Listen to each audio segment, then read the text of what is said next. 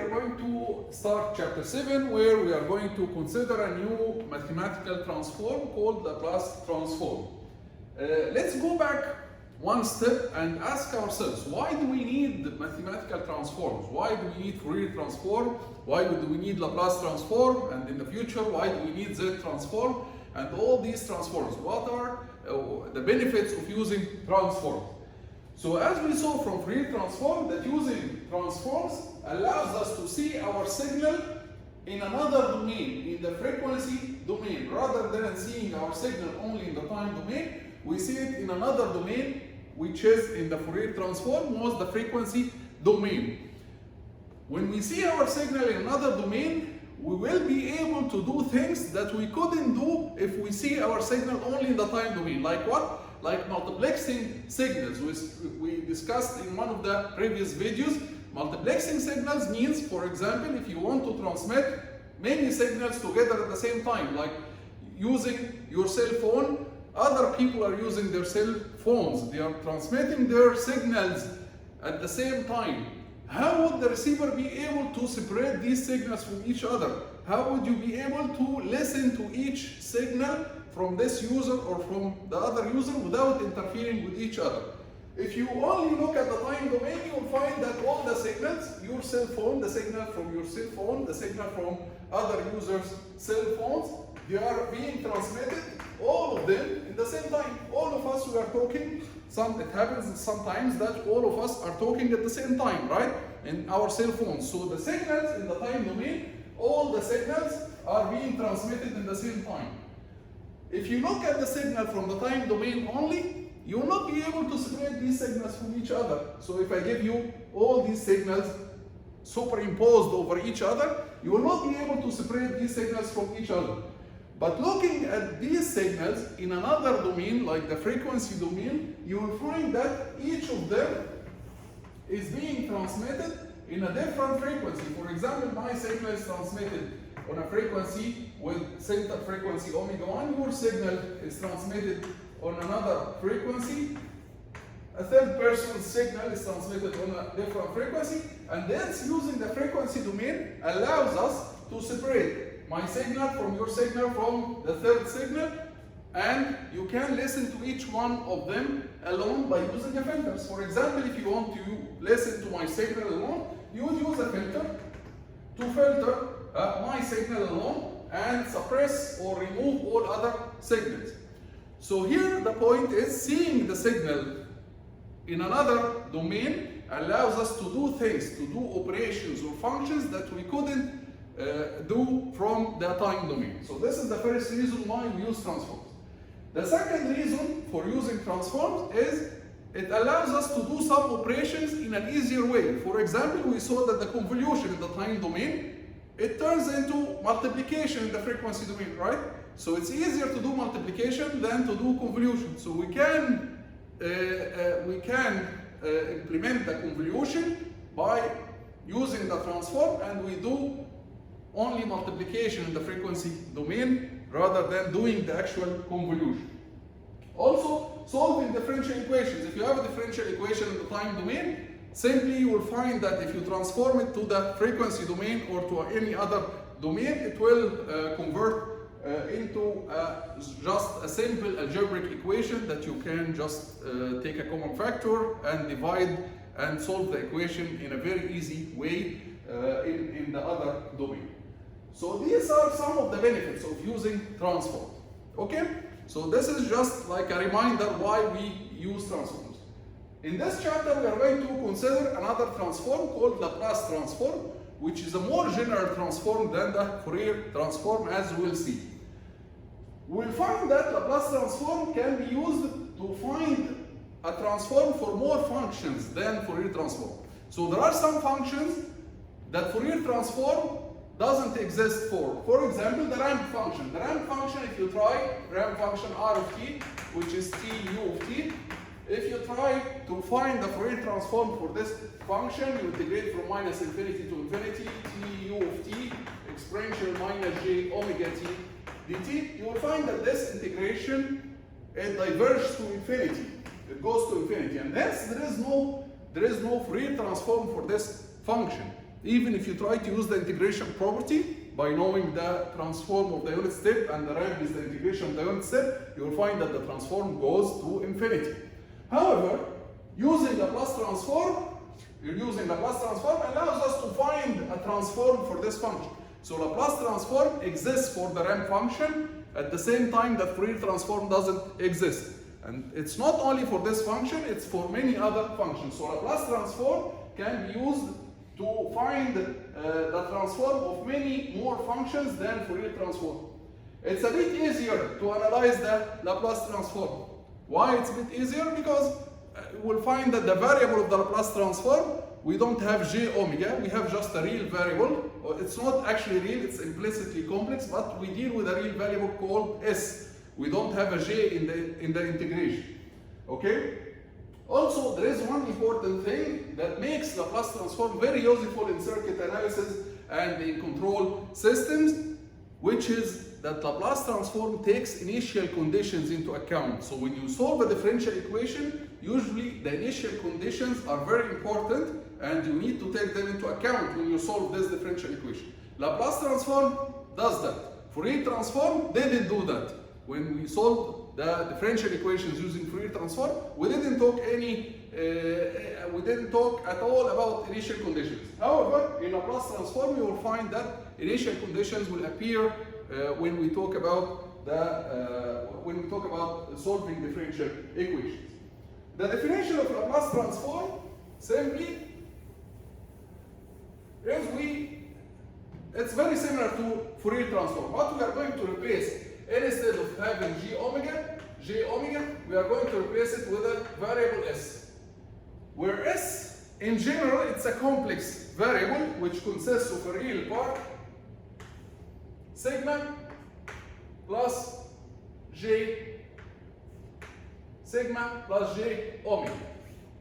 So s is, in general, it's a complex variable which we can write as sigma plus j omega.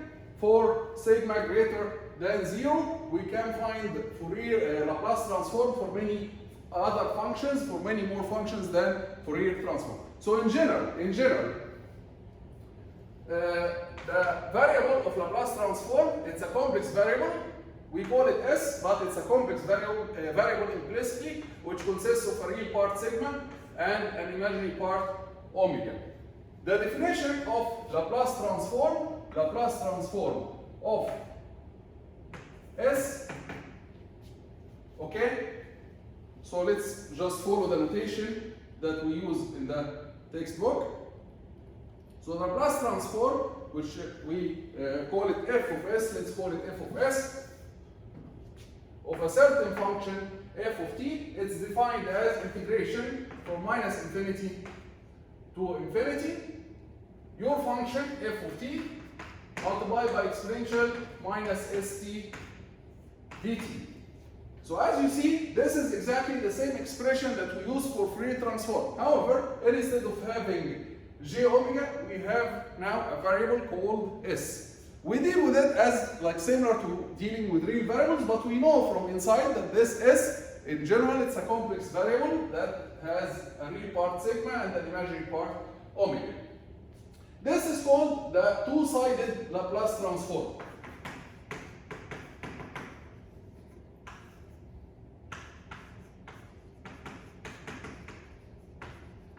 Or sometimes they call it the bilateral Laplace transform. Bilateral Laplace transform. And sometimes we add a subscript here, B, to say that this is a bilateral or double-sided Laplace transform. Double-sided, as we used to define before, when we say double-sided, means that it takes the negative side and the positive side into account. However, this expression or this equation of bilateral or two-sided Laplace transform, we usually don't use in electrical engineering. In electrical engineering, we don't use this two-sided Laplace transform. What we use mostly in electrical engineering is the single-sided Laplace transform, which can be defined only for the positive side, and it assumes that all the functions that we deal with, they exist only in the positive side. So it assumes implicitly that all the functions, it assumes that f of t equals 0 for t less than 0. And it exists only in the positive side. So this is called single-sided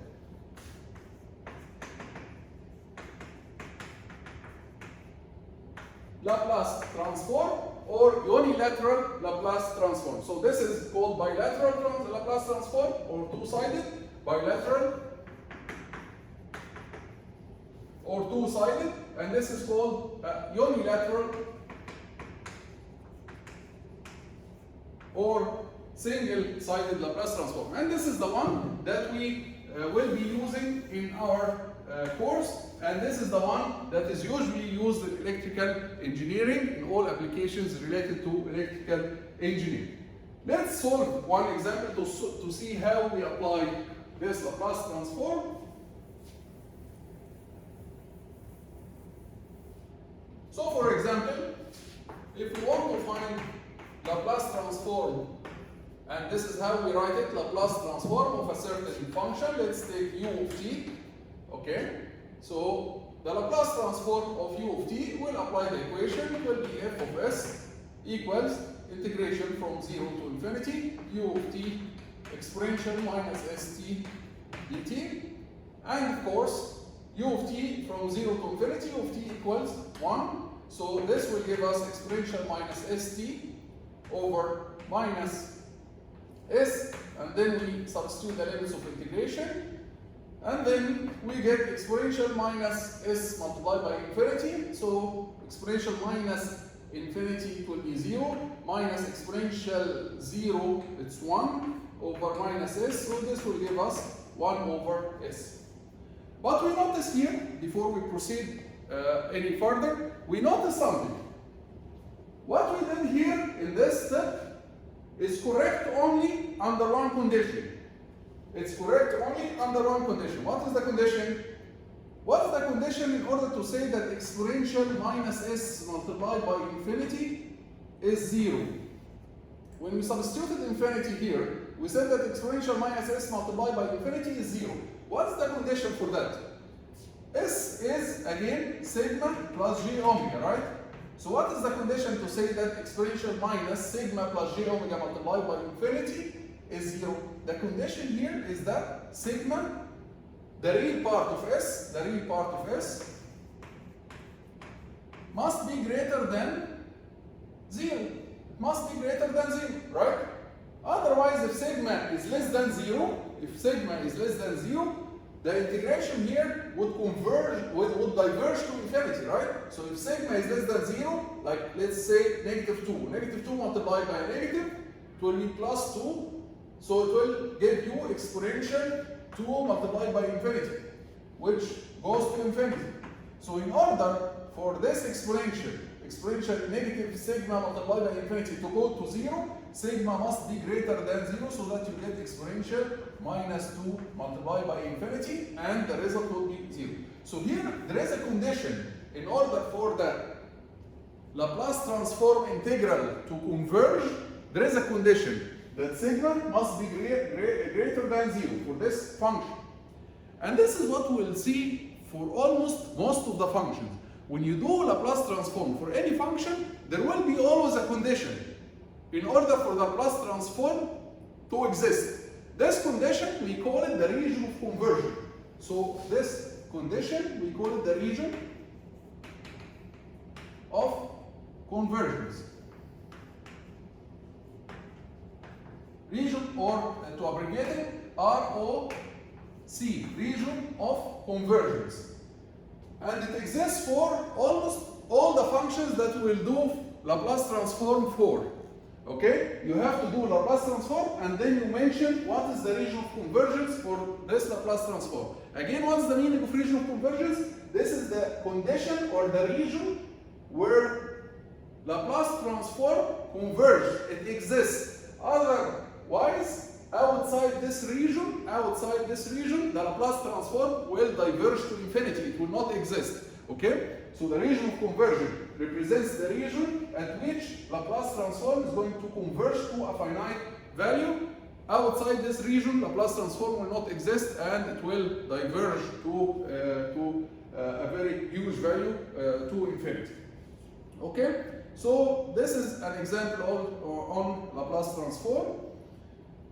This region of convergence, we'll calculate it in the first few examples, but later it will not be important to us for a reason that I'll mention later. So later we'll just try to omit the region of convergence, but you have to keep in mind that Laplace transform, it exists only and it converges only in a certain region, which is called the region of convergence. Later we'll not be interested so much in calculating this region of convergence for some reason, but for now, in the first few examples, maybe we can calculate it just to keep it in your mind. Okay? We'll see you in the next video with more information and more examples.